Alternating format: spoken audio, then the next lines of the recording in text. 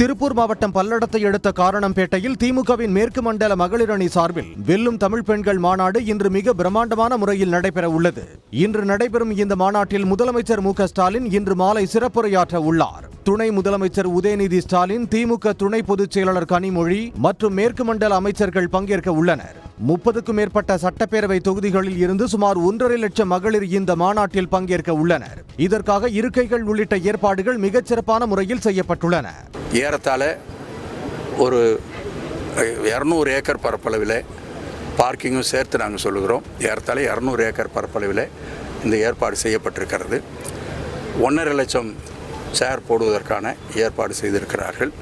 ஆனால் அன்றைக்கே நாங்கள் சொன்னதைப் போல எங்களுடைய கணக்குப்படி பல மாவட்டங்களில் விசாரித்தபடி பார்க்கிற பொழுது ஏறத்தாழ 2 லட்சத்திற்கு மேலே வருவார்கள் என்று எதிர்பார்க்கப்படுகிறது. இதற்கிடையே மாநாடு நடைபெறும் இடத்தில் அமைக்கப்பட்டுள்ள திமுக மகளிர் அணியின் புகைப்பட கண்காட்சியை அமைச்சர் கையல்விழி செல்வராஜ் திறந்து வைத்தார். இந்த நிகழ்ச்சியில் அமைச்சர் மு.பே. சாமிநாதன், முன்னாள் அமைச்சர் செந்தில் பாலாஜி மற்றும் நிர்வாகிகள் பங்கேற்றனர்.